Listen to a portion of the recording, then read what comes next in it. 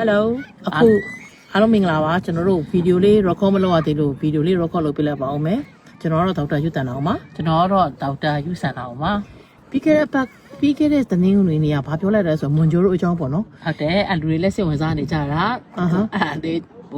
့ဗမာပြည်မှာလည်းတော်တော် popular ဖြစ်နေရလို့ပြောတယ်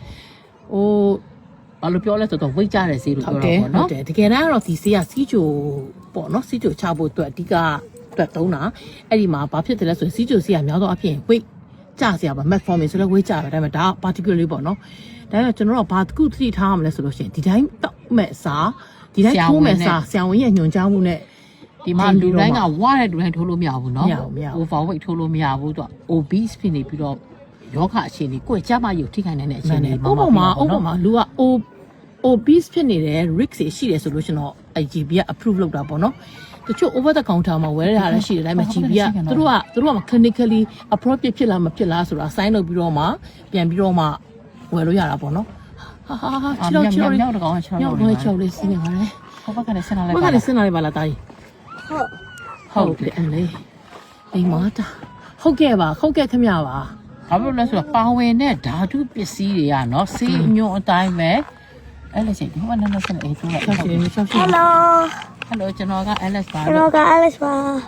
မင်္ဂလာပါလို့ဟောပါနေစမ်းမလားပြီးတော့ဘာရှိသေးတော့ကျွန်တော်တို့ဘာပြောထားကြအောင်အဲ့တော့တခုရှိတာလေတိလားကျွန်တော်ဝိတ်ချသွားတယ်ဆိုပြီးတော့လေဝိတ်ချသွားတယ်ဆိုပြီးတော့မှဝိတ်ကကြပြီမဲ့အစီကြတာလားမာဆာကြလားဆိုတာရှိသေးတယ်နော်အဲ့ဒါကြောင့်မို့လို့နော်သူကအသားတက်မာဆာဆိုအသားတက်ကြသွားပြီဆိုလို့ရှိရင်သူကရာဂိုင်နှုံးကြအဲ့ကြသွားအသားပြန်မတက်လာဘူးမှန်တယ်အဲ့ဒါကြောင့်မို့လို့သူကဘာဒီလိုဒီမှာဘာလဲဆိုလို့ရှိရင်သူကတခါတဲ့ program တစ်ခုလုပ်ပေးရတယ်နော်မွန်ဂျိုရိုထိုးပြီးရင်လိုအပ်တယ်ဆိုလို့ရှိရင်သူကpackage တစ်ခုနဲ့လေ round up package ကတော့ခါတလေ round up care ဆိုတ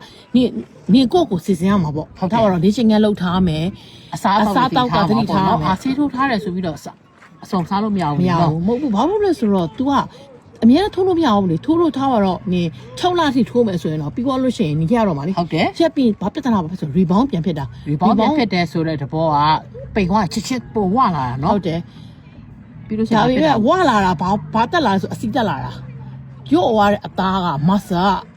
အသားတက်ကပြန်မတက်လာဘူးအဲ့ဆို muscle ဘတ်ကောင်းအောင်လို့ resistance ပါတဲ့ exercise တွေလုပ်ရမယ်လုပ်တယ်လို့ပြောတာဘာလို့ဆိုတော့ तू ကကျွန်တော်တွေ့ဦးတဲ့လူတွေကဘာကြောက်ဆိုမျက်နှာတွေဆိုအရန်ကြောက်သွားတာမျိုးလို့လက်တွေမှာအရန်ကြောက်သွားတယ်ဒါဝါတဲ့လူတွေမှာလေအဲ့ဆို collagen တွေဆုံးရှုံးသွားတယ် muscle တွေလျော့သွားတယ်အဲ့ဒါအစီတော့လျော့တာပေါ့နော်မှန်တယ်အစီတက်တဲ့အခါမှာ unfortunately muscle တက်မလာဘူးမတက်လာဘာလို့ဆိုတော့နေ build up လုပ်မထားဘူးလေနော်ဟုတ်တယ်အဲ့ကြောင့် protein အစား balance ဖြစ်တဲ့ protein ရှိတဲ့ဟာစားရမယ်နောက်တစ်ခုကတော့တွေးစစ်တဲ့အကြောင်းလေးမေး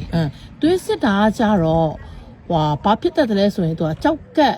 ကိုထိခိုက်တိုင်နဲ့သူကကြောက်ကက်သား severe kidney disease ဖြစ်နေတဲ့လ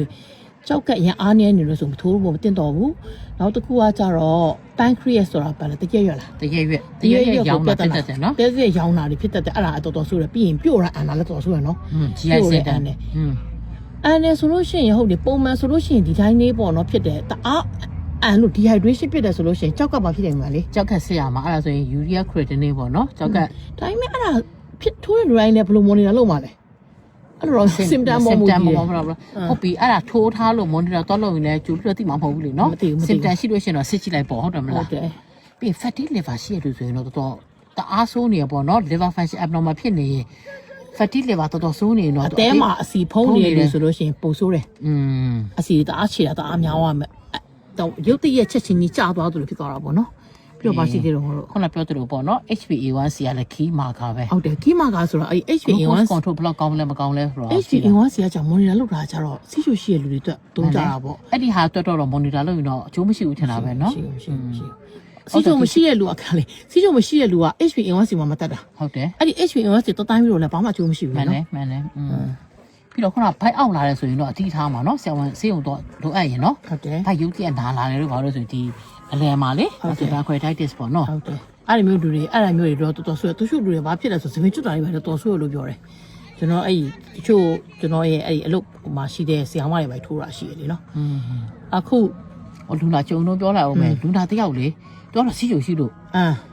စီချိုရှိတာ3နေတာဘယ်နှလားရှိလဲဆိုတော့3 4 5 6ခေါ်4လမှာ18 kg ကျသွားတယ်တော့ ဟုတ်တယ် သူကကျတော့ကျသွားတော့မှဝနေတော့တော့ အာ တော့ဆိုသူစီချိုတော်တော်ကိုစိုးနေလို့အဲ့ဒါဝိတ်ကိုလည်းကွန်ထရိုးလုပ်တယ်စီချိုလည်းကွန်ထရိုးလုပ်တယ်ဖြစ်သွားတာအဲ့ဒါမှသူကယောဂအခြေအနေကြောင့်မို့လိုအပ်တာပေါ့နော်ဒီတိုင်းမဲ့ငါလျှောက်ထိုးကြည့်မယ်ဆိုတော့မရဘူးနော် ဟုတ်တယ် အဲ့ဒီနေဟိုထားမှာပေါ့နော် နည်းနည်း mind exercise တွေပဲလုပ်နေပြီးတော့မှတရားထိုးတယ်ဆိုလို့ရှိရင်လည်းတော့သတိထားရမှာပေါ့နော်အဲ့ဒါကြောင့်မလို့လိုအပ်တယ်ဆိုလို့ရှိရင်တော့ညွန်ကြားပြီးတော့ထိုးရင်ကောင်းပါတယ်ပိန်အောင်လို့ထိုးတယ်လို့တော့တခုတည်းနဲ့တော့ မလုပ်တင်ဘူး မလုပ်တင်ဘူးပေါ့နော်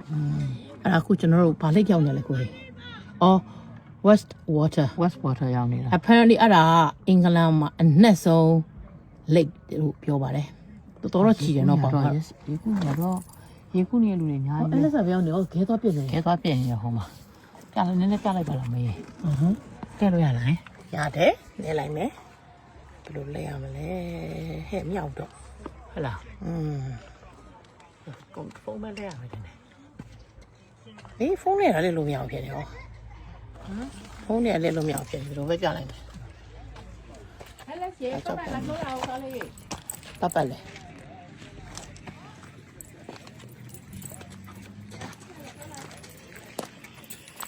ပြောလိုက်ပါဦးပပိုင် အဲ့လက်ရေစော့နေပါတယ်လို့ Ano ka alas keso yan? ရေစော့နေပါတယ်လို့ဩပြချင်လားတောင်းနေယူရနော် ပျော်လားတဲ့ Alex ပြောလားတဲ့ ခဲပြက်ပြီလားခဲပြက်ပြီလားခဲပြက်တာကြိုက် Okay bye bye